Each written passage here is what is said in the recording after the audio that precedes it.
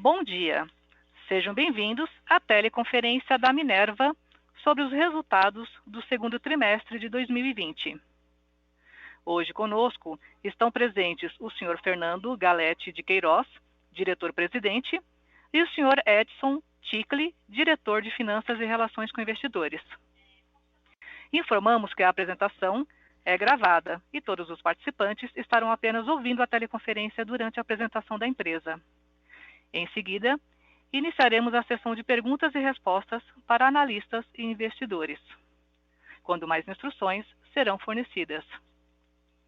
Caso alguém necessite de alguma assistência durante a conferência, solicite ajuda de um operador digitando *0. O áudio e os slides dessa teleconferência estão sendo apresentados simultaneamente na internet no endereço www.minervafoods.com/ri. Neste endereço, pode ser encontrada a respectiva apresentação para download na plataforma de webcast, seção Relações com os Investidores. Antes de prosseguir, gostaríamos de esclarecer que eventuais declarações que possam ser feitas durante esta teleconferência relativas às perspectivas de negócios da Minerva, projeções e metas operacionais e financeiras, constituem-se em crenças e premissas da diretoria da companhia, bem como em informações atualmente disponíveis. Elas envolvem riscos, incertezas e premissas, pois se referem a eventos futuros e, portanto, dependem de circunstâncias que podem não ocorrer. Investidores devem compreender que condições econômicas gerais, da indústria e outros fatores operacionais podem afetar o desempenho futuro da Minerva e conduzir a resultados que diferem materialmente daqueles expressos em tais considerações futuras. Agora, gostaríamos de passar a palavra ao Sr. Fernando Queiroz, diretor-presidente, que iniciará a apresentação. Por favor, Sr. Fernando, o senhor pode prosseguir com a apresentação.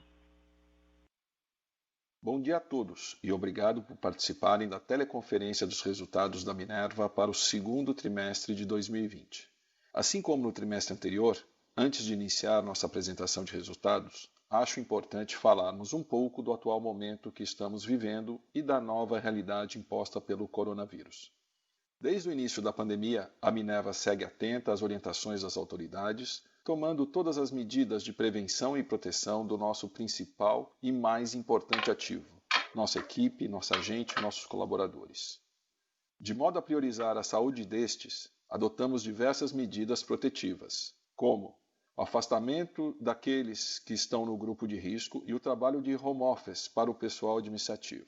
Além disso, reforçamos ainda mais o controle e a prevenção nas nossas operações, realizando diariamente o controle de temperatura na entrada das fábricas e reforçamos as medidas de distanciamento nas linhas operacionais, como por exemplo no abate, na desossa e nas áreas de convivência como os refeitórios. Quero ressaltar que todas essas iniciativas estão em linha com as instruções e protocolos das autoridades competentes, e tem por objetivo garantir não apenas a tranquilidade de nossos colaboradores, mas também de nossos clientes e dos nossos parceiros.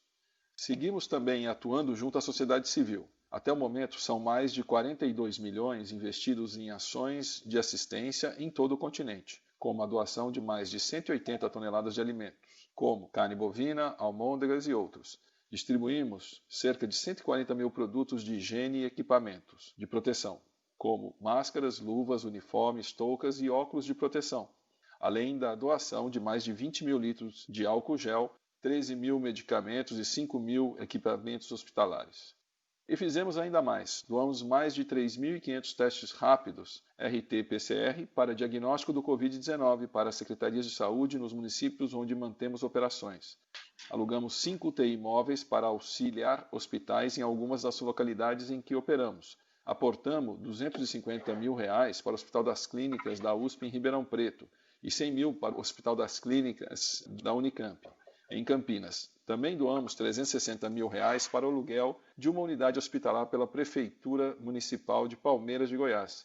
E em parceria com os projetos Salvando Vidas do BNDES, efetivamos a doação de R$150 mil para a aquisição de kits de proteção que serão revertidos aos profissionais que estão na linha de frente ao combate ao coronavírus.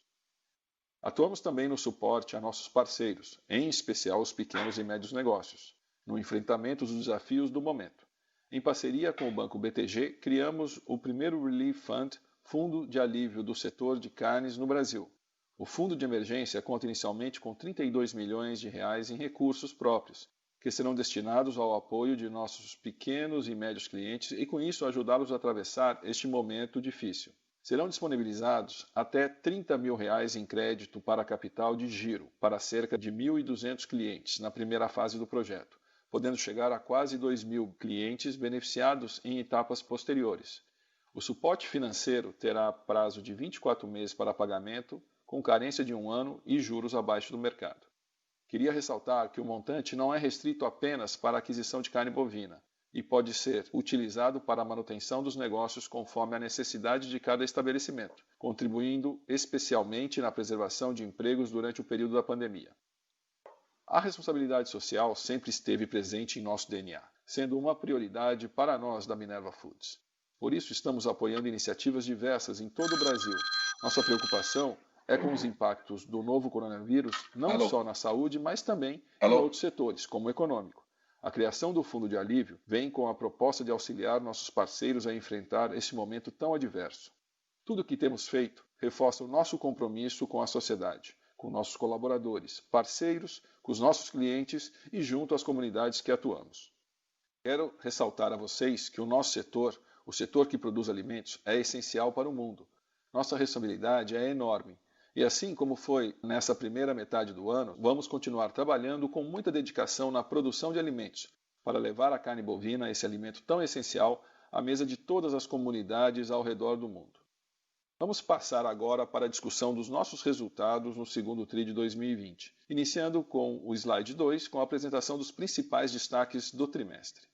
Vamos começar pelo fluxo de caixa, uma das nossas prioridades.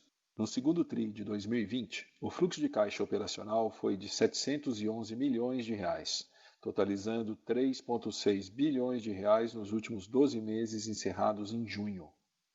O fluxo de caixa livre foi positivo pelo 10º trimestre consecutivo, alcançando R$ 377 milhões. No primeiro semestre, nossa geração de caixa livre foi de R$ 1,2 bilhões, e nos últimos 12 meses já alcançamos R$ 1,9 bilhões. Destaco aqui o nosso bom desempenho operacional e financeiro, além do nosso modelo de gestão de risco, fatores fundamentais para a performance deste semestre. A receita bruta consolidada foi de R$ 4,6 bilhões no segundo TRI de 2020, enquanto nos últimos 12 meses acumulou R$ 19 bilhões, nível recorde para a companhia. Fazendo a quebra da receita bruta no trimestre, tivemos 45% da receita, ou equivalente a R$ 2,1 bilhões originados da divisão Brasil, assim como a Athena Foods, que também contribuiu com R$ 2,1 bilhões, enquanto os 10% restantes, aproximadamente R$ 472 milhões, são relativos às receitas da divisão Trading. Nesse segundo trimestre de 2020, as exportações consolidadas da Minerva responderam por 72% da receita bruta, um crescimento de 16% na comparação anual.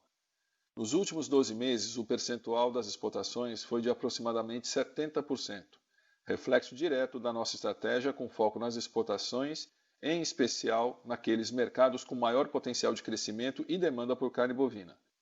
No segundo TRI de 2020, nosso EBITDA alcançou R$ 590 milhões, recorde para o período, e um forte crescimento de 62% na base anual, com a margem EBITDA atingindo 13,4%.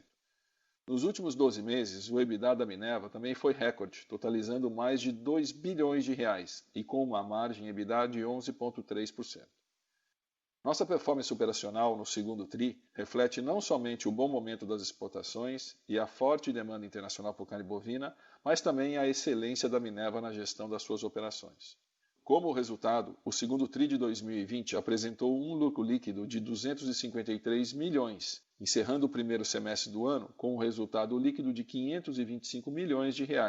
No acumulado de 12 meses, o lucro líquido da Minerva alcançou R$ 686 milhões. Além da boa performance operacional e financeira, outro grande destaque da Minerva no segundo TRI de 2020 foi a solidez do nosso balanço. Ao final do segundo TRI de 2020, nossa alavancagem medida pelo indicador dívida líquida EBITDA dos últimos 12 meses ficou em 2,6 vezes, o menor patamar dos últimos 12 anos e em linha com a nossa estratégia de redução de alavancagem e aperfeiçoamento da estrutura de capital. Encerramos o segundo TRI de 2020 com uma forte posição de caixa, totalizando 6,8 bilhões de reais, o que nos garante tranquilidade frente aos desafios do momento e em linha com a nossa gestão conservadora de caixa. E por fim, vale comentar que demos continuidade ao nosso processo de gestão do endividamento.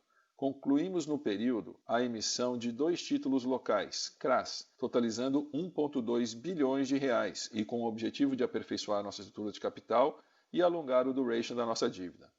Outra iniciativa foi o cancelamento, no início de junho, de cerca de 97 milhões de dólares relativo aos bondes de 2026 e 2028, que haviam sido recomprados ao longo do semestre e, devido à volatilidade dos mercados, chegaram a ser negociados bem abaixo do valor de face.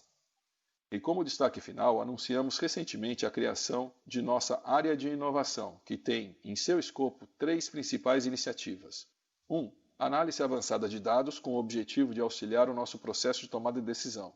2. O desenvolvimento de uma plataforma de e-commerce e marketplace, buscando ampliar as oportunidades nos canais digitais. E 3. A criação do nosso braço de investimento com foco em startups, empresas de tecnologia que estejam relacionadas ao nosso negócio. O desenvolvimento de uma área dedicada à inovação é mais uma iniciativa da Minerva que busca maximizar as oportunidades e avançar na cadeia de valor da nossa indústria. Ao final da apresentação, o Edson vai trazer um pouco mais de detalhes sobre cada uma dessas iniciativas. Vamos agora passar para o próximo slide para comentar o desempenho operacional da Minerva no trimestre, iniciando pelas exportações. Slide 3. No segundo trimestre de 2020, consolidamos nossa posição como a maior exportadora de carnes da América do Sul, com aproximadamente 18% de market share. Este resultado reflete nossa diversificação geográfica no continente, que, apoiada pelos nossos 15 escritórios internacionais, nos permite uma grande vantagem competitiva e posição de destaque nas exportações globais de carne bovina. Agora vamos olhar com um pouco mais de detalhes a performance das exportações por região. Na divisão Brasil, a Ásia respondeu por 50% da receita de exportação dos últimos 12 meses, um expressivo crescimento de 25 pontos percentuais comparado ao mesmo período de 2019. No caso das exportações da Athena Foods, a Ásia também foi o principal destino no período, com 42% das exportações, mantendo-se estável na base anual. A performance das exportações deixa cada vez mais evidente a crescente demanda da Ásia por carne bovina, em especial da China, mas também de outros mercados como Indonésia e Malásia, um movimento que deve se acentuar ainda mais nos próximos períodos. Para finalizar, acho importante destacar que as perspectivas de mercado continuam bastante favoráveis. Temos uma conjunção de fatores bastante positivos para os próximos períodos. O primeiro deles é a peste suína africana, que segue afetando a produção de carne suína na China. Vale lembrar que o surto não está limitado àquele país, já se espalhou pela Ásia e por parte da Europa Oriental. Somamos a isso uma mudança estrutural dos hábitos de consumo do Sudeste Asiático, como efeito da maior urbanização, expansão de renda e da classe média, e da maior ocidentalização dos padrões de consumo.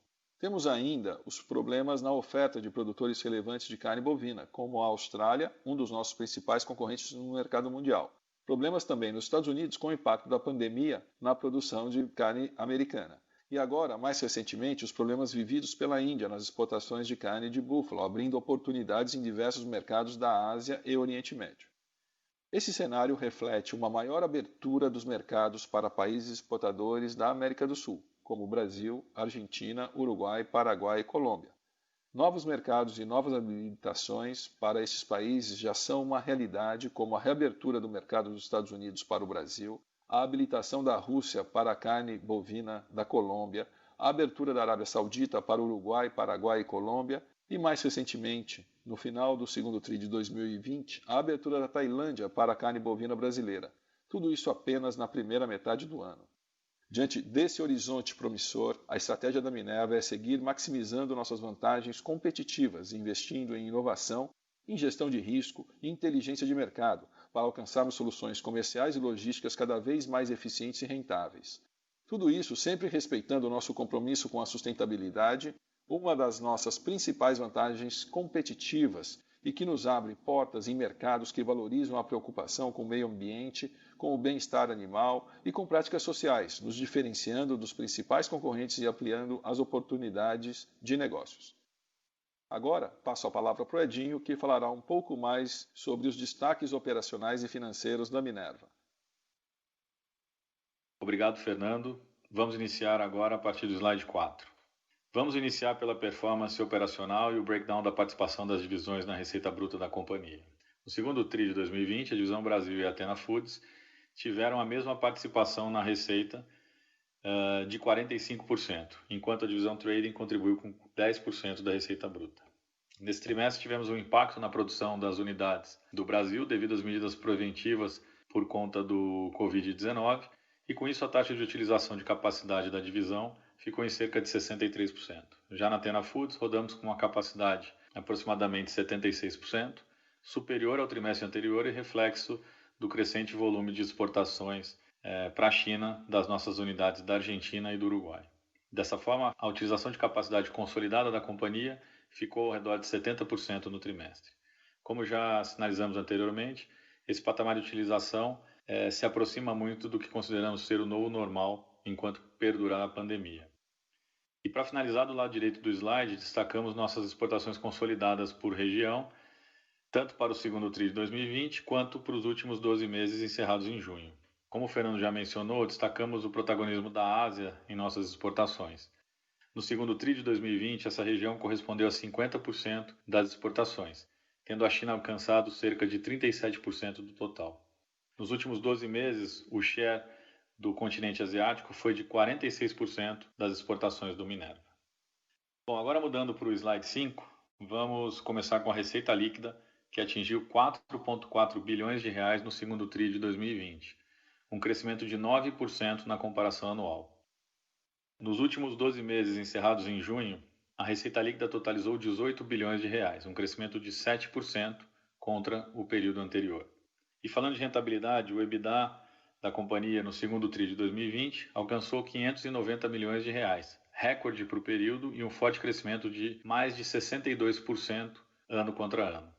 A margem EBITDA foi de 13,4%, expansão de 440 base points contra o segundo TRI de 2019.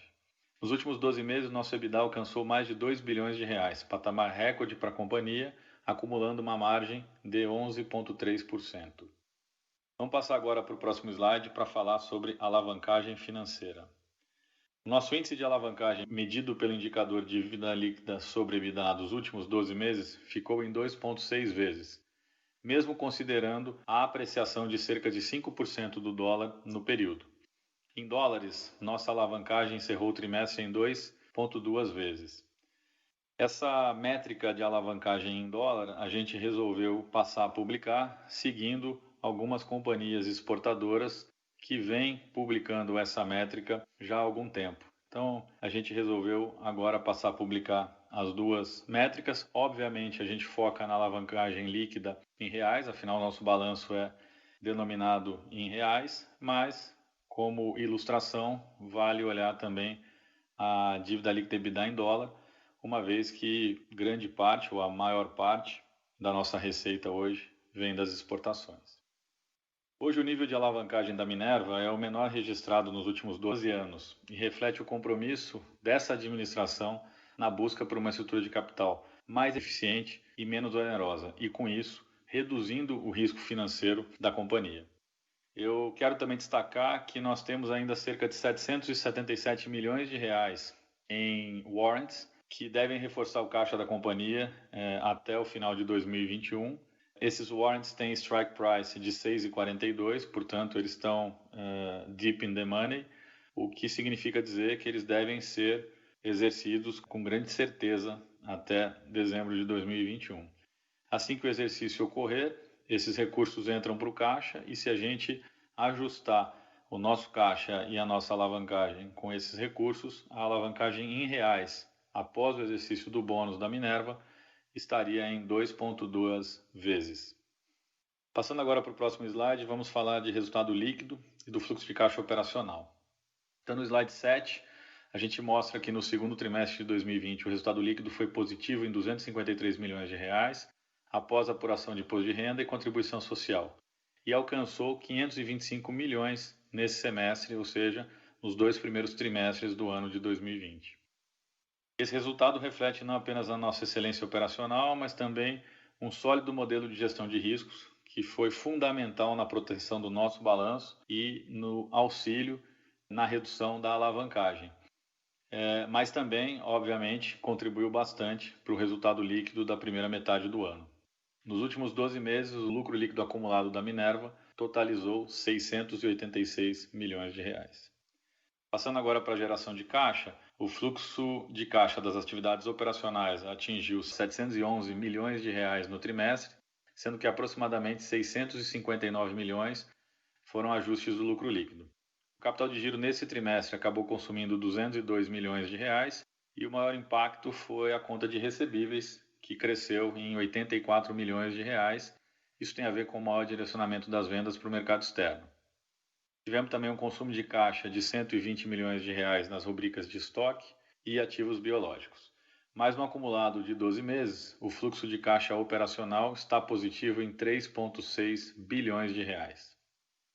Vamos agora para o slide 8 para comentar a maior prioridade dessa companhia, que é a geração de fluxo de caixa livre.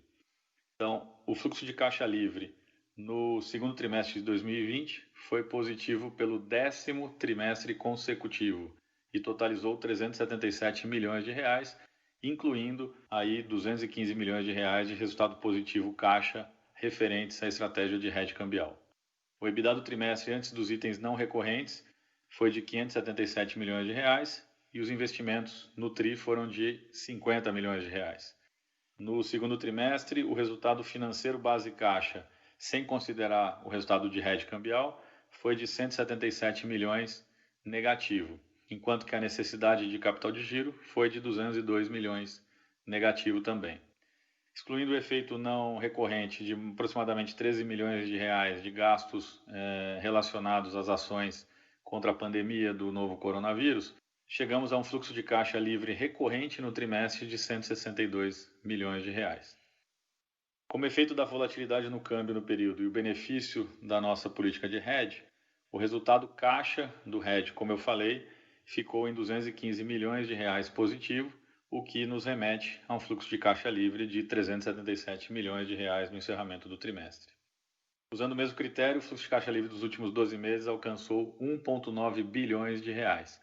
Fazendo o mesmo build-up, a gente parte de um EBITDA de 2 bi, o CAPEX dos últimos 12 meses ficou em 271 milhões de reais negativo, o resultado financeiro base caixa, já considerando resultados de hedge cambial, foi negativo em 205 milhões de reais e o capital de giro contribuiu positivamente com 330 milhões de reais. Tivemos ainda 25 milhões de reais de itens não recorrentes e isso nos leva ao fluxo de caixa livre de 1,9 bilhão de reais nos últimos 12 meses, refletindo aí a excelente performance operacional e financeira da companhia no período. Eu chamo a atenção para esse resultado de fluxo de caixa livre dos últimos 12 meses, comparando com o EBITDA dos últimos 12 meses. Então a gente gerou praticamente 1,9 bi de fluxo de caixa livre nos últimos 12 meses, para um EBITDA gerado de 2 bilhões e 30 milhões de reais.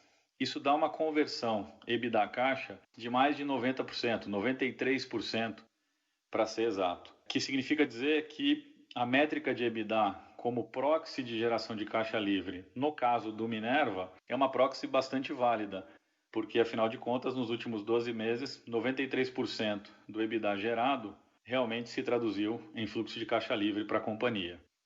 Eu me arrisco a dizer que nesse setor não tem nenhuma companhia que tenha uma conversão EBITDA caixa tão alta quanto a conversão EBITDA caixa que essa companhia, que é a Minerva, conseguiu mostrar e produzir nos últimos 12 meses.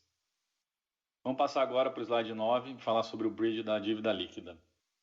Então, ao final do trimestre anterior, a nossa dívida líquida totalizava 5,4 bilhões de reais.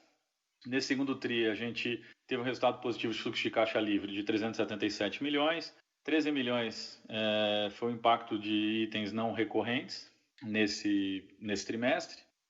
55 milhões de reais positivo foi o efeito da marcação contábil de alguns instrumentos de hedge nesse trimestre. E a variação cambial impactando toda a nossa dívida teria feito a dívida subir 437 milhões de reais no trimestre. Então, quando a gente soma todas essas contas e faz o bridge, a gente sai de uma dívida de 5,4 por uma dívida ainda em 5,4 no final do trimestre, mesmo considerando a depreciação cambial de aproximadamente 28 centavos no período. Então, mais uma vez, a gente ratifica aqui o compromisso dessa administração em continuar reduzindo o nível de endividamento, mas reduzir de forma efetiva, de forma concreta e, principalmente, melhorar gradualmente a nossa estrutura de capital. A nossa política de hedge, ela continua impondo que nós tenhamos o mínimo de 50% de proteção para a exposição cambial passiva de longo prazo. Então, com isso, a gente continua com a exposição cambial bastante protegida no nosso balanço, o que nos dá conforto para continuar gerando esses excelentes resultados operacionais, com a certeza de que a parte financeira não vai comprometer, muito pelo contrário, ela vai dar até uma boa contribuição na margem para os resultados que a companhia está gerando. Próximo slide agora a gente vai comentar sobre a estrutura de capital. Como a gente falou, o nosso índice de alavancagem medido pela relação dívida líquida EBITDA dos últimos 12 meses encerrou o segundo TRI em 2,6 vezes, o menor nível nos últimos 12 anos. A posição de caixa da companhia encerrou o trimestre em 6,8 bi, o maior nível já registrado pela companhia, fruto também de parte da política de hedge que nos obriga a manter uma parte importante do nosso caixa denominado em dólares. Portanto, quando há uma depreciação cambial da moeda, do real, ter este caixa em dólar implica em ter mais reais ao final do trimestre. Isso nos dá bastante segurança, vale dizer, nesse momento de grande volatilidade dos mercados. Falando agora de perfil de endividamento, cerca de 78% da nossa dívida elas estão indexadas à variação do dólar e o duration hoje está aproximadamente 5 anos. De novo citando, vale dizer que a nossa política de hedge impõe que a companhia tenha uma proteção hoje de no mínimo 50% da exposição cambial de longo prazo, e ela tem se mostrado extremamente eficiente diante da recente volatilidade cambial nos mercados. E o último ponto que eu gostaria de comentar nesse slide é o nosso constante movimento de liability management, buscando aperfeiçoar a estrutura de capital, reduzir custo e alongar o duration da dívida. Então, nesse segundo TRI, a gente fez 2 emissões de dívida local, que totalizaram 1,2 bilhões de reais, com vencimentos para 2025 e 2026. Os recursos dessa emissão foram utilizados para fazer um buyback no secundário dos nossos bonds 26 e 28. Parte deles já foi cancelada, uma pequena parte ainda está no nosso caixa. E a gente realizou essas compras quando a gente teve o pior momento do mercado, um momento de grande estresse, onde os nossos bonds acabaram operando próximo a 85% do valor de face. E aí fazia todo sentido realizar algumas recompras. A gente recomprou quase 100 milhões de dólares que já foram cancelados. E isso deu praticamente metade dessa captação através da emissão de debêntures que lastrearam um CRA. O restante dos recursos nós utilizamos para fazer rolagem ou redução das dívidas de curto prazo, e é por isso que o nosso perfil de amortização de dívida ficou ainda mais favorável. Hoje, menos de 17% da nossa dívida vence nos próximos 12 meses. Esse movimento foi uma oportunidade pontual que a volatilidade de mercado nos trouxe, mas a gente só foi possível aproveitar esse movimento por causa da nossa política de caixa, que mantém elevada liquidez e que, portanto, nos permite aproveitar esses momentos para usar o caixa com eficiência e inteligência e melhorar ainda mais a nossa estrutura de capital. Vamos agora para o slide 11, antes da sessão de Q&A, para falar sobre a nossa recém-criada área de inovação. Então, conforme a gente anunciou na semana passada, nós acabamos de criar uma área de inovação com 3 principais frentes. A análise avançada de dados, que será responsável pelo desenvolvimento e gerenciamento de dados estatísticos e utilizará ferramentas de inteligência artificial para auxiliar no processo de tomada de decisão operacional, financeira e de gerenciamento de risco.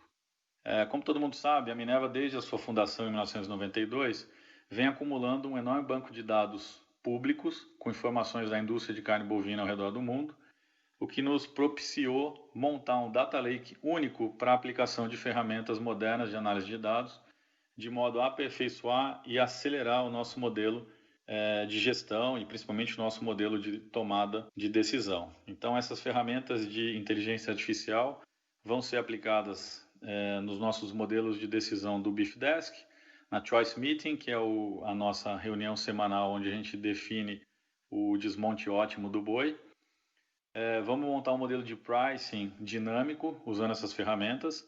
E, por último, nós vamos aplicar essas ferramentas na área de crédito. A gente tem um modelo proprietário de crédito, que inclusive nos permitiu montar o fundo de alívio para apoiar nossos pequenos e médios clientes. E essa área de análise avançada de dados, ela deve olhar para todos esses processos de tomada de decisão que tem como pano de fundo modelos quantitativos, algoritmos. A gente vê com muito bons olhos essa iniciativa e fazendo backtesting de alguns processos internos, a gente percebeu ganhos de até 15%, 20% na rentabilidade. Como é que é o backtesting? Eu pego as decisões que foram tomadas, ressimulo com esses novos algoritmos e vejo o que teria sido a decisão e o que teria rendido em termos de resultado essa nova decisão comparado com a decisão que foi tomada. E aí a gente consegue medir que a gente pode ter um ganho de até 15%, 20% de rentabilidade por utilizar ferramentas mais modernas de análise quantitativa, mas principalmente capacidade e velocidade de processamento e de interação das variáveis muito, muito, muito maior do que a gente vinha utilizando na companhia. A segunda frente de inovação, ela tem a ver com o desenvolvimento dos canais de vendas digitais, e ela está destinada, obviamente, a identificar e desenvolver oportunidades para melhorar as nossas vendas, para explorar as nossas vendas nesses canais online. O foco inicial vai estar em Brasil, Argentina e Paraguai, e ela prevê o desenvolvimento de uma plataforma de e-commerce ou marketplace para contribuir ainda mais para os nossos modelos de inteligência de mercado, entender melhor o consumidor. Isso vai ampliar ainda mais o nosso leque de oportunidades comerciais. Na Argentina a gente já está na fase final de desenvolvimento, o Brasil a gente está no meio do caminho e o Paraguai a gente está iniciando agora essa iniciativa de canal digital. E por último, para finalizar, a gente tem a terceira frente, que é a criação de um veículo de investimentos com foco em empresas de tecnologia e startups relacionadas ao segmento de atuação da Minerva, ou seja, nós vamos procurar investir em companhias e startups, empresas de tecnologia, cujo core business esteja relacionado à cadeia de valor do Minerva, que abrange proteínas alternativas, logística, pecuária, empresas de agritech e empresas de varejo. E essas empresas, obviamente, a gente espera que elas tenham potencial para alavancar sinergias entre as duas empresas e principalmente contribuir para a gente destravar algumas oportunidades únicas que estão surgindo com os novos hábitos dos consumidores. A gente está tendo, por exemplo, um aprofundamento da digitalização de todos os serviços, não só financeiros, mas de e-commerce, e isso está mudando bastante as preferências dos consumidores. Então, a gente sabe que existem várias empresas de tecnologia, startups, que estão focadas em capturar essas mudanças e nada melhor do que usar uma estrutura de venture capital para participar dessas empresas, alavancar o crescimento delas e principalmente extrair valor para todo mundo. A expectativa é um investimento total de $30 milhões. A ideia é investir em no máximo 10 empresas e os aportes nas empresas vão ter tickets individuais que vão de 1 a 5 milhões de dólares por empresa. Essa constante busca por inovação, ela também faz parte do DNA da Minerva.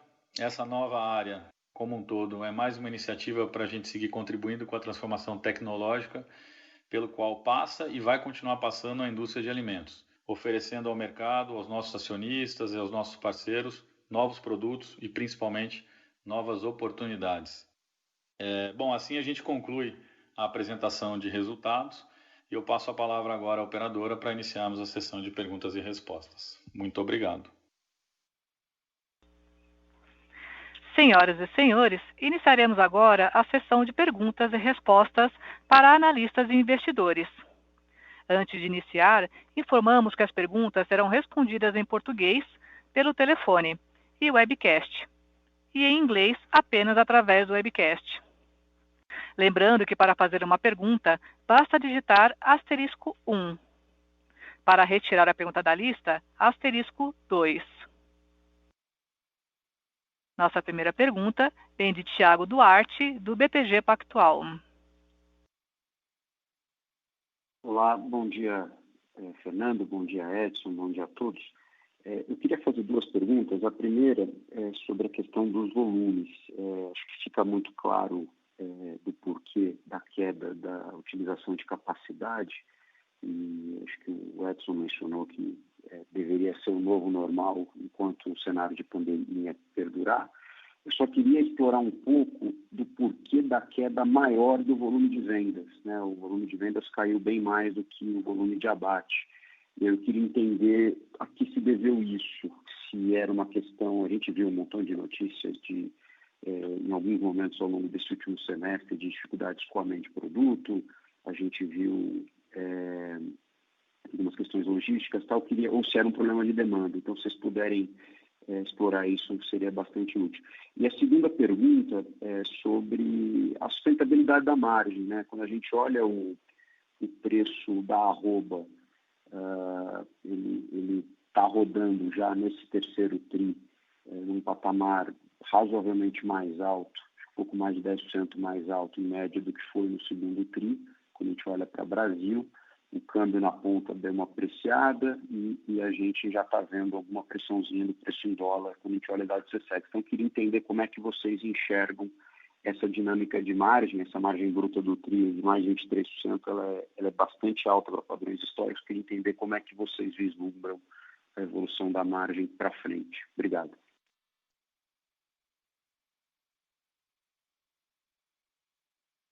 Bom, eu vou começar respondendo a sua segunda pergunta, Thiago, e depois o Fernando responde a primeira. Em relação à sustentabilidade da margem e esses comentários que você fez sobre o preço do gado, eu queria lembrar primeiro alguns comentários que eu fiz no primeiro trimestre, né? Primeiro, a gente tem um preço do gado médio esperado base São Paulo no nosso orçamento de aproximadamente R$200 por arroba, e a gente tinha uma trajetória de que nos primeiros 3, 4 meses do ano os preços iam ficar abaixo disso, depois por 1 ou 2 meses deveriam ficar perto disso e depois eles deveriam subir até outubro em função da entre-safra e depois a gente vê eles recuando e voltando para R$200. Está acontecendo exatamente o que nosso orçamento está prevendo. E de acordo com o nosso orçamento, a gente teria uma grande possibilidade de ter uma margem de 2 dígitos baixo durante o ano fechado de 2020. O que está acontecendo? Os preços de venda em reais e em dólares estão muito mais altos, portanto, com o custo dentro do orçamento e os preços de venda muito mais altos, vai implicar necessariamente em margens mais expandidas. Então, esse segundo TRI, por exemplo, a margem foi cerca de 350 bases, aí melhor do que a gente estava esperando no nosso orçamento. Se a gente fizer uma conta conservadora, até porque infelizmente eu não vou dar guidance, eu não posso dar guidance, mas se a gente fizer uma conta conservadora, assumindo uma margem de 2 dígitos baixo, alguma coisa por volta de 11% para os 2 últimos trimestres, a gente chega no EBITDA no ano de 2 bi e 400, mais ou menos, de 2 bi e 200, mais ou menos, que já é acima do que a gente conversou com o mercado no início desse ano. Portanto, todas as contas eu estou fazendo para dizer o seguinte, olha, se a gente repetir o desempenho do segundo TRI, o que normalmente não acontece, né? Sazonalmente, os terceiros e quartos trimestres são muito melhores, mas se a gente produzir o mesmo resultado de EBITDA em unidades monetárias, que vai implicar necessariamente numa margem menor, bem menor do que foi o segundo TRI, só por aí a gente chega em 2.200 de EBITDA no ano, que vai dar um crescimento de 20%, 30% em relação ao ano passado. Tudo isso para dizer o seguinte, a gente continua muito otimista com a margem, ela deve surpreender para cima por um motivo simples. Essa pressão no gado já é totalmente esperada e já estava nos nossos números de budget. O que não estava no nosso budget é essa pujança dos preços em dólar e também esse real mais depreciado do que a gente considerou quando fez o orçamento. O Fernando acho que vai responder a segunda pergunta sua. Thiago, em relação à parte de volumes, você teve nesse trimestre o ajuste tanto das fábricas quanto o ajuste dos canais de venda. Então, sem dúvida nenhuma, abril foi um mês muito fraco, foi um mês de reajustar fisicamente as plantas, os protocolos, e que os canais também fossem ajustados. Então, o que nós vemos é um vale no mês de abril e uma recuperação gradual. Então, sim, as vendas foram um pouco menores, mas aqui eu reafirmo que a prioridade da Minerva foi cuidar da sua gente, foi cuidar da equipe para que estivesse produzindo de forma saudável, e o que gerou, especialmente no mês de abril, um gap de vendas. Em relação aos mercados, eles estão cada vez mais pujantes. Você, no segundo semestre, você tem uma redução já tradicionalmente sazonal de Austrália, de Nova Zelândia, que estão abrindo oportunidades para nós. O Covid está afetando muito a Índia, que abre outras portas para nós no mercado do Oriente Médio, do Sudeste Asiático. Então, nós estamos bastante otimistas com o mercado internacional para o segundo semestre. E o mercado interno também já dá sinais, os mercados internos, né, Brasil, Paraguai, Argentina, Colômbia, já dão sinais fortes de recuperação gradual, mas de recuperação. Então, a gente não vê o novo normal vai ser uma redução das capacidades, mas o novo normal, você tem uma volta do consumo gradual acontecendo em todos os locais, nos mercados internos e, especialmente, a América do Sul ocupando mais espaço no mercado internacional. Não, perfeito, tá super claro, obrigado a ambos. Só um follow-up, Fernando, só para colocar em outras palavras o que eu acho que eu entendi da tua resposta. Esse gap entre o teu volume produzido e o volume vendido, você imagina que ele deveria ser revertido no segundo semestre, vamos dizer assim. De novo, foi simplesmente um ajuste também do canal, é isso que você queria dizer. Sim, exatamente. Muito obrigado. A próxima pergunta vem de Isabela Simonato, do Bank of America. Obrigada, Fernando. Obrigada, Edson. Bom dia a todos. A minha primeira pergunta é em relação à alocação de capital, né? Acho que vocês têm sido bastante vocais em relação à desalavancagem que ela está acontecendo, né? E que M&A não é mais um grande foco da companhia. Assim, em relação ao pagamento de dividendos, eventualmente, que a gente pode esperar, né? O que a empresa pensa em relação a isso, em relação a timing, em relação talvez eventualmente uma mudança de política, enfim, como que a gente pode pensar essa alocação de capital para frente. E só um follow-up em relação à pergunta do Thiago, né, sobre capacidade, aliás, sobre abate e vendas. Acho que isso chama mais atenção até na Athena, né? E, Fernando, se puder dar um pouco mais de cor de algum país que teve esse descasamento um pouco maior, enfim, como as coisas estão evoluindo, só para dar um pouco mais de cor aí por mercado. Obrigada. Bom, Isabela, falando aí de alocação de capital e dividendos, bom, a gente aprovou em janeiro uma política com o Conselho, né, de dividendos mínimos de 50% do lucro líquido do exercício, quando, ao final do exercício, a alavancagem líquida tiver igual ou menor que 2,5 vezes. Então, a gente sempre vai considerar o ano calendário fechado e na primeira reunião do Conselho que for aprovar as contas anuais, vai ser discutido a política de dividendo e, se for o caso, se estiver igual ou menor que 2,5, vai ser proposto o pagamento de 50% do lucro líquido. Então, em questão de time, esperamos que seja já no primeiro trimestre do ano que vem o pagamento referente ao ano de 2020. Estamos confiantes, dado todos os trends e dado todo o desempenho da companhia esse ano, que a gente consegue atingir um nível de alavancagem igual ou menor do que esse que foi colocado na política de dividendos aprovada pelo Conselho.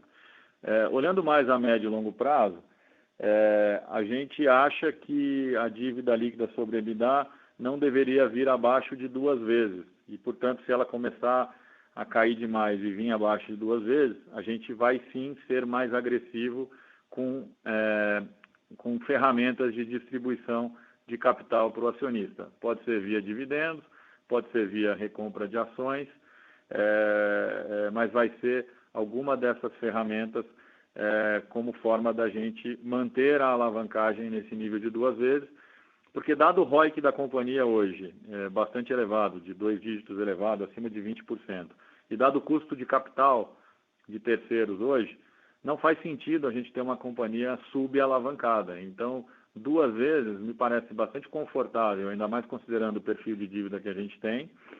Então, é muito confortável do ponto de vista de risco financeiro e é extremamente eficiente e compensador do ponto de vista de retorno para o acionista, né? Quando a gente compara, de novo, o retorno do seu capital investido dessa companhia com o custo marginal do capital de terceiros.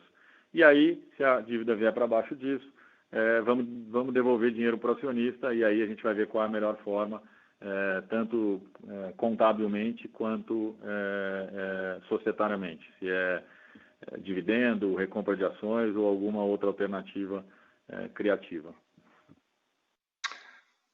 Isabela, quando eu falei para o Thiago sobre Minerva, os protocolos de Athena e de Minerva eles são os mesmos, né? Então, Abril foi o Vale, onde que nós reformulamos toda a parte de fluxo interno das fábricas, a parte de logística, toda a parte onde que nós demos uma freada.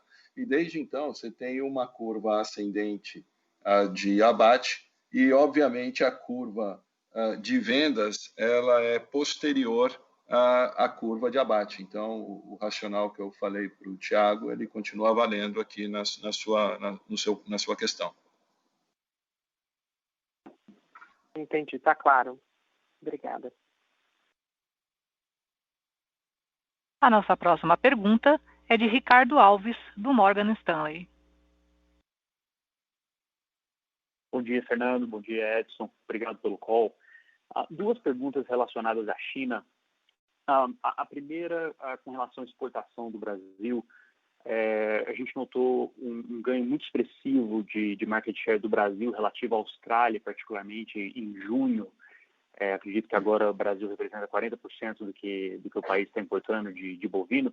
Será que vocês podem comentar um pouquinho sobre esse ambiente competitivo no mercado chinês? Eu acho que o ponto mais interessante para a gente seria explorar um pouco esse desafio que a Austrália deve enfrentar com as tarifas bem mais altas no segundo semestre.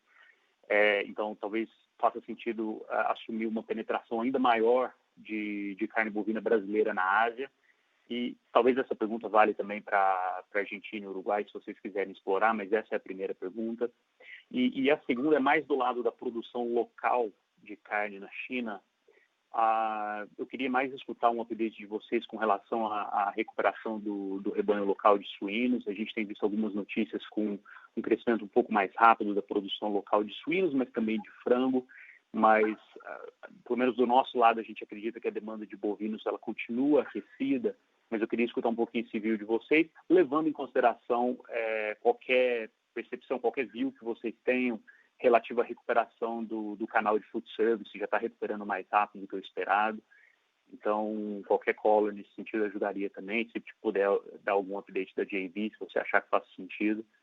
São essas as 2 perguntas. Muito obrigado.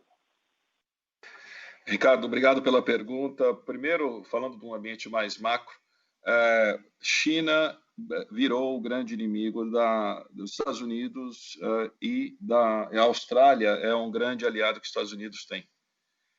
Então, você tem aqui uma oportunidade única que a América do Sul está ocupando esse espaço. Quer dizer, você teve restrições a fábricas australianas, você teve restrições a produtos australianos dentro da China, que era o grande concorrente da América do Sul.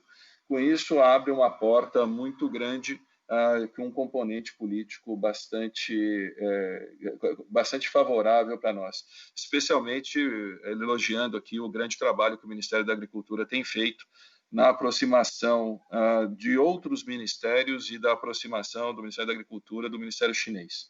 Então, foi bastante positivo, está bastante positivo esse ambiente para a América do Sul. Então, o Brasil está crescendo, a Argentina está crescendo, o Uruguai está crescendo e ganhando participação. O mercado, gradualmente, na China, ele vai se normalizando. Você tem as ondas, né? Tem a segunda onda, você tem uma restrição, mas o mercado, o que é importante é que o hábito de consumir carne bovina ele está sticking, ele está sendo permanente, com diferentes segmentos, com grandes oportunidades para nós. Os dados que nós temos mais recentes de febre suína, eles mostram um crescimento da contaminação. Se tiveram áreas que tiveram enchentes, essas enchentes espalharam mais o vírus não tem vacina ainda, não tem o controle. Você tem mais de 50% da produção de suíno na China são de produtores tradicionais, sem tecnificação, então o ambiente ainda continua vulnerável e você teve um ensaio de recuperação, mas ele caiu. Tanto é que o preço dos leitõezinhos e o preço da carne suína voltou a subir a níveis pré-shutdown. Então, a gente vê com a falta de Austrália, com a diminuição de Austrália, com a diminuição do rebanho, e com também a diminuição de Índia, que tem parte dos produtos que acabavam sendo direcionados para a China, uma grande oportunidade para a América do Sul a ocupar esse espaço, e a Minerva, com essa diversificação que nós temos, sendo o maior exportador da Argentina, sendo o maior exportador da América do Sul, ela está ocupando esse espaço na China. Mas vale só aqui destacar que não é só a China, é o Sudeste Asiático como um todo, você tem vários outros países, da nossa pizza de exportação para a China, mais de 25%, da nossa pizza de exportação para a Ásia, mais de 25% são para outros países fora a China. E esse share fora a China está aumentando. Perfeito, muito obrigado pela resposta. Nossa próxima pergunta vem de Lucas Ferreira, do Banco JP Morgan. Bom dia a todos. Pessoal, minha primeira pergunta é se vocês pudessem fazer um overview da rentabilidade do negócio em diferentes países, se teve alguma variação significativa que vale a pena chamar atenção, principalmente a linha Atena, para a gente entender melhor a dinâmica de cada país. E a segunda pergunta é sobre exportação também, mas para entender o seguinte, aqui vocês atribuem essa queda sequencial de preço em dólar para alguns mercados importantes nesse segundo TRI, se é algo mais pontual, relativo a estocagem local, e se vocês já veem alguma recuperação do preço, principalmente para a China, né? Agora em julho, já tem indicação de preços melhores para o terceiro trimestre. E se me permitem mais uma pergunta aqui, para entender também, em teoria, quanto vocês conseguem ainda aumentar o mix de exportação, né, que vem crescendo muito, ou seja, tem alguns commitments aqui no mercado doméstico que vão te impedir de aumentar muito mais esse volume, e quando vocês voltarem a operar, muito provavelmente já no final do ano que vem, né, próximo dos 85% de capacidade, como é que vocês imaginam que vai ficar esse mix de exportação? O mercado doméstico ele deve voltar a crescer mais ou não? Esse mix de exportação continua parecido com o que ele está hoje? Obrigado. Bom dia. Eu vou responder a primeira pergunta e acho que o Fernando fala das perguntas aí sobre exportação. A respeito da rentabilidade por país, a gente não abre por país, o que dá para ver é que todos os países tiveram, com exceção do Uruguai, rentabilidade de 2 dígitos. O principal destaque no trimestre passado foi o Brasil e a Argentina, que foram os 2 países com maior nível de rentabilidade. O Paraguai vem muito perto, logo em seguida, e aí depois a gente tem os outros países, a gente tem Colômbia e o Uruguai pior.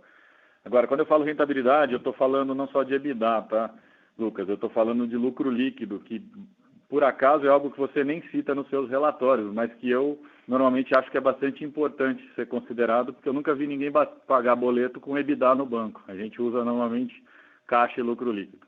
E a segunda pergunta eu passo para o Fernando responder. A questão de preço, Lucas, ela está bastante dinâmica. Os mercados estão bastante voláteis, então você tem países que estão subindo os preços. Por exemplo, Se você comparar nos últimos 2 meses, a China teve um aumento significativo de preço. Você teve spikes nos Estados Unidos. A Europa passou pelo lockdown e agora está numa recuperação bastante importante. Outros países que estão sofrendo, especialmente o Oriente Médio, Egito, países importantes, eles estão realmente tendo uma redução de preços. Então, é muito pontual. Por isso que aqui eu destaco todo esse instrumental, todo esse investimento na área de analytics, para que a gente possa, cada vez mais, no mundo mais complexo, mais volátil, nós estarmos capturando as melhores opções. Em relação ao mix mercado interno, exportação, quando a gente pode crescer, teoricamente, a gente pode crescer para 100% para exportação. Nós chegamos a 72% nesse TRI, com um aumento no final do TRI, então, quer dizer, ele começou um pouco mais fraco e aumentou, mais fraco não, mais mercado interno e terminou mais exportação. A gente enxerga que a tendência é ele permanecer nesse nível até subir um pouco a exportação, mas também essa resposta ela é dada pela nossa equipe, qual que é o melhor mix, o mix ideal de rentabilidade, ela é dada numa análise semanal que nós fazemos usando toda a parte nossa do banco de dados, de analytics e de previsões que nós temos de cada um dos mercados. Obrigado, pessoal. Nossa próxima pergunta vem de Luciana Carvalho, do Banco do Brasil. Bom dia a todos, Fernando, Edson, obrigada pela oportunidade, parabéns pelos resultados. Eu queria só fazer um follow-up da pergunta do Ricardo, referente à China, né? De repente, o quanto que a JV pode impulsionar ainda mais os volumes na região, e se vocês puderem falar um pouco sobre os canais de food service, o que vocês já têm sentido. E uma pergunta referente à estrutura de capital também, né? Vocês avançaram bastante, um trabalho bastante bem sucedido aí de liability management. Queria entender o que a gente pode esperar para frente, né? Ainda tem espaço para avançar? Se vocês puderem comentar um pouco, agradeço. Primeiro, falando de China, a JV ela é uma opção que nós temos para aumentar a rentabilidade com a distribuição, mas também para informações que nós temos. Com o Covid, com o lockdown, nós atrasamos a parte da conclusão final da conclusão da JV, então ela deve ficar para o terceiro trimestre, para a segunda metade definitivamente desse ano. A recuperação do food service ela veio gradual, você teve um passo atrás na parte das aberturas na China, ela recuou um pouco, mas agora a gente está já vendo uma mudança, uma volta. Mas assim, o que é interessante nisso, Luciana, é que o que a gente acha que vai ser definitivo é uma mudança maior de canais. O varejo, especialmente o varejo online, vai ter um papel mais importante, parte dele, por um bom tempo, vai ocupar um espaço do food service. Então, é esse cenário que nós estamos trabalhando e é esse cenário que nós estamos fazendo as nossas parcerias. A outra pergunta eu deixo para o Edinho. Bom, Luciano, a gente está, obviamente, eu vou dar uma resposta padrão, está, obviamente, sempre atento a oportunidades. Eu acho que a gente conseguiu fazer uma operação bastante vantajosa para a companhia, onde a gente fez uma recompra de bonds abaixo do par, bastante abaixo do par, recebendo yields do nosso próprio bond acima de 7% em dólar, o que, se a gente considerar o custo do hedge, daria algo como mais de 10% em reais, 10% a 11%, e financiamos isso com emissões a 160 do CDI, que se a gente pegar o CDI corrente, vai custar 3,20 em reais. Então, esse tipo de oportunidade a gente está aberto e estamos prontos para fazer. Além disso, não estou vendo muitas oportunidades no mercado ainda, mas se tiver alguma operação que faça sentido do ponto de vista de reduzir o custo e manter ou aumentar o duration da nossa dívida, a gente está aberto a estudar e fazer. Tá ótimo. Obrigada, Fernando. Obrigada, Edson. Nossa próxima pergunta é de João Soares, do Citibank. Bom dia a todos. Obrigado por pegar as perguntas. Eu tenho duas perguntas. A primeira, vocês falaram bastante de liability management já, mas falando um pouco do mercado de equities, né? Acho que o mercado de equities hoje voltou a aquecer novamente, a empresa está num momento super positivo. Então, eu queria entender se hoje vocês estudam possivelmente voltar a vir a mercado, já que equalizaram o balanço, mas aí para vir a mercado para justamente levantar equity, talvez para retomar a estratégia de M&A, e aproveitando nesse sentido, se puderem dar um update dessa parceria que vocês estão fazendo lá com a Frigonorte no Paraguai, discutir um pouco a perspectiva do mercado paraguaio. E uma última pergunta, perdão por tantas perguntas, mas a última a gente está recebendo bastante perguntas de ESG, de sustentabilidade, enfim. E ontem saiu uma notícia, vocês devem ter visto que um fundo estrangeiro investiu numa empresa brasileira. Então, só se vocês pudessem passar um pouco o update dos esforços da Minerva, enfim, nessa manutenção da boa perspectiva de ESG, agradeço também. Obrigado. João, eu vou responder a primeira e as outras duas o Fernando responde para você. Cara, não temos nenhum plano e não faz nenhum sentido a gente considerar qualquer operação de equity nesse momento, né? A gente agradece muito a todos os acionistas que nos apoiaram e compareceram com aumento de capital. Em retribuição, nós demos a valor zero, de graça, uma warrant, a BIF11, que hoje, por acaso, vale R$ 9,00 cada warrant. E essas warrants vão ser exercidas, como eu falei durante o call, até dezembro 21, trazendo mais equity para a companhia. Eu já tenho mais 780 milhões de reais contratados de equity para a companhia, que, considerando isso, a minha alavancagem já cairia dos 2,6 para 2,2, só considerando isso. Além disso, a gente fez um follow-on com o compromisso de reduzir a alavancagem e estamos executando e entregando exatamente tudo que foi prometido e compartilhado com os investidores durante a operação. Então, tudo isso para dizer que não tem nenhum sentido a gente vir ao mercado e fazer qualquer operação de equity. O nosso foco nos próximos 2 anos é continuar desalavancando e pagar dividendos. Eu venho falando isso reiteradas vezes e não me canso de reafirmar. A gente tem uma oportunidade ímpar de pagar um dividendo bastante interessante nesse ano e no ano que vem. E um novo ciclo de investimentos a gente vai só trazer a discussão com o Conselho, provavelmente a partir do ano que vem, final do ano que vem. E mesmo neste caso, a gente vai ser muito criterioso com a alavancagem. A gente espera que a alavancagem chegue nesse nível que eu considero ótimo, aí perto de 2 vezes. E em qualquer situação que a gente resolva ter um novo ciclo de investimento, essa alavancagem nunca deverá passar de 3 vezes. Mas isso eu estou falando numa perspectiva bastante de médio prazo, aí, um horizonte de tempo maior do que 2, 3 anos. Então, tudo isso para dizer que não, a gente não tem interesse nenhum, não faz sentido e não cabe discutir uma operação de equity nesse momento. Em relação, João, ao Frigonorte, é uma empresa que estava fechada em Pedro Juan Cavaleiro, onde que nós fizemos um contrato, nós celebramos um contrato de prestação de serviço. E esse contrato está sob análise do Antitrust paraguaio, o CONACON, e nós devemos ter uma resposta aí em breve para começar as operações. Nós acreditamos muito no mercado paraguaio, é um mercado que está em desenvolvimento, são novas áreas produtivas, um aumento de eficiência e um aumento do reconhecimento da qualidade da carne paraguaia no mercado internacional. Então, a gente é bastante supportive e bastante comprometido com o Paraguai. Em relação à sua segunda pergunta do ESG, nós acreditamos que sustentabilidade vai ser o grande diferencial das empresas pós-Covid.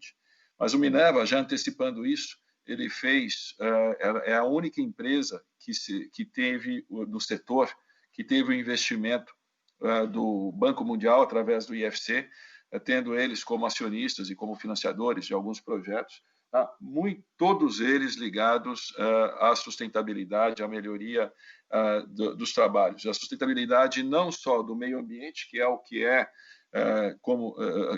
o grande tema no Brasil, mas também de bem-estar animal e o trabalho social e econômico, que a gente avançou muito, especialmente durante essa parte do corona, em todos os locais que nós estamos. Então, além do que eu falei no meu speech inicial, vou dar alguns dados para vocês. Nós estamos ampliando o único hospital de Belém, no Paraguai, a cidade onde nós temos uma das nossas unidades. Nós estamos fazendo um trabalho com as comunidades mais carentes na Argentina. Hoje nós anunciamos, nós acordamos com o governo do estado de São Paulo uma doação para o Instituto Butantan para capacitar o Instituto com equipamentos e obras civis para produzir vacinas, que o estado de São Paulo está trazendo a tecnologia chinesa para a produção de vacinas. Então, nós acreditamos que o novo futuro são empresas que estão extremamente engajadas com sustentabilidade, engajadas com o seu papel, que vai além do seu papel do portão para dentro. Então, nós estamos bastante atentos, e a gente está também trabalhando junto com o governo para que essa comunicação de tudo que o Brasil faz de positivo seja cada vez mais forte, cada vez mais um diferencial que o nosso país tem. Maravilha, Fernando. Obrigado. Só um follow-up bem rápido.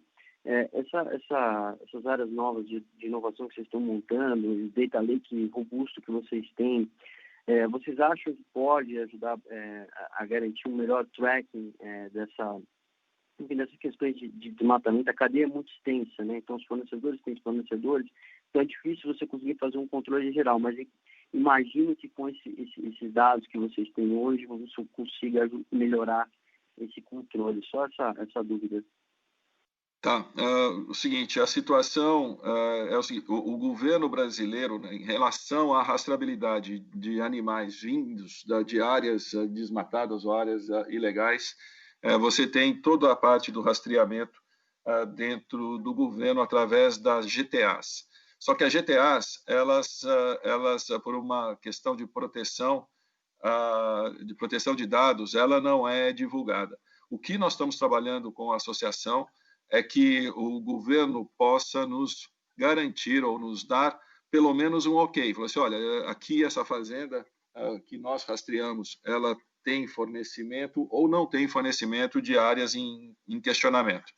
Então, agora, o que é importante dizer é o seguinte: o que acontecer para um vai acontecer para todos, vai acontecer para a cadeia, garantindo uma maior segurança para a cadeia. Então, nós estamos trabalhando através da associação para que isso aconteça, para que dê ainda mais segurança e garantia para todos os compradores e para todos os que valorizam a parte de sustentabilidade como um diferencial. Muito obrigado. Obrigado, Edson, também pela resposta. Senhoras e senhores, novamente, caso queiram fazer perguntas, basta digitar *1. A gente recebeu 3 perguntas aqui pelo webcast. Eu vou ler as perguntas e vou responder. Algumas delas já foram respondidas. Mas o Eduardo, que é um investidor pessoa física, mandou uma pergunta sobre os dividendos. Quando a Minerva vai começar a pagar dividendos? Como eu já respondi, a expectativa é que, se confirmando os resultados desse ano, a gente já distribua dividendos a partir do primeiro trimestre do ano que vem. A Mônica da La Rainvial perguntou se a gente tem um target para net debt to EBITDA. Como eu falei, a gente acredita que um nível de 2 vezes é um nível adequado do ponto de vista de estrutura de capital, levando em conta retorno do seu capital investido e custo marginal de capital de terceiros. Então, o nível de net debt to EBITDA de 2 vezes é o que a gente olha como objetivo. E o Marcel, do Santander, pergunta quão relevante podem ser os novos canais de vendas, e-commerce ou marketplace para a Minerva no longo prazo. A gente obviamente não sabe precisar, isso tudo é muito novo. A gente está olhando principalmente o que está acontecendo na China, em que o canal online, mesmo para venda de perecíveis, mesmo para venda de carne bovina, está se tornando um canal cada vez mais importante. Se você pegar o último Singles Day lá na China, a venda de carne bovina online superou o varejo convencional. Então, é um canal que está realmente ficando cada vez mais importante. A nossa iniciativa ela não é só B2C, ela também é B2B, ela na verdade começa em B2B para evoluir para B2C. Então, a gente está muito animado com esses projetos e a gente acha que isso vai trazer um novo patamar de relacionamento com os nossos clientes para a companhia a médio prazo.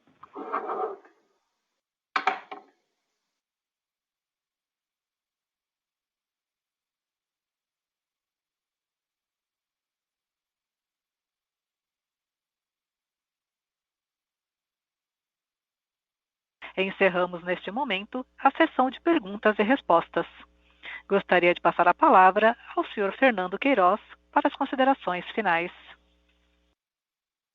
Obrigado a todos. Eu gostaria de encerrar esta conferência, primeiro reafirmando o nosso compromisso com a sustentabilidade. Meio ambiente, bem-estar animal, trabalho com as comunidades, tanto na parte de proteção, saúde e na parte econômica, e o nosso comprometimento com a cadeia do qual nós pertencemos, é o que nos guia na parte de sustentabilidade. Com isso, vocês podem analisar todas as ações que a empresa tem tido, todos os movimentos que a empresa tem feito, garantindo esses 4 pilares. E, finalmente, eu gostaria de agradecer à equipe da Minerva. Esse resultado que vocês viram, que vocês estão analisando, ele não é por acaso. Ele é fruto de uma equipe que foi para a linha de frente quando teve o problema, que mostrou comprometimento, agilidade, resiliência e, principalmente, time. O trabalho de equipe foi fundamental. Então, eu queria aqui deixar um grande abraço e dizer que eu estou muito honrado de participar desse time, com todos vocês que devem estar ouvindo, porque realmente vocês todos fizeram a diferença e trouxeram e construíram esse resultado tijolo a tijolo. E, finalmente, dizer para vocês que nós estamos olhando para o futuro. Nós, durante essa época da pandemia, depois de estabilizar a operação, depois de garantir a segurança do nosso time, de cuidar do capital de giro, cuidar da logística, nós começamos a olhar o que vai ser o mundo pós-Covid. E o Minerva, então, nas explanações que o Edinho fez sobre as 3 frentes que nós estamos colocando nossa empresa um passo à frente no futuro e garantindo que nós somos cada vez mais à frente do que é simplesmente olhar o dia a dia, olhar os tempos para frente e ter um guia para o futuro. Eu agradeço a todos vocês e a gente permanece à disposição para que vocês esclareçam dúvidas e reafirmam o nosso comprometimento em gerar valor para os acionistas da Minerva. Muito obrigado. A teleconferência da Minerva está encerrada. Agradecemos a participação de todos e tenham um bom dia.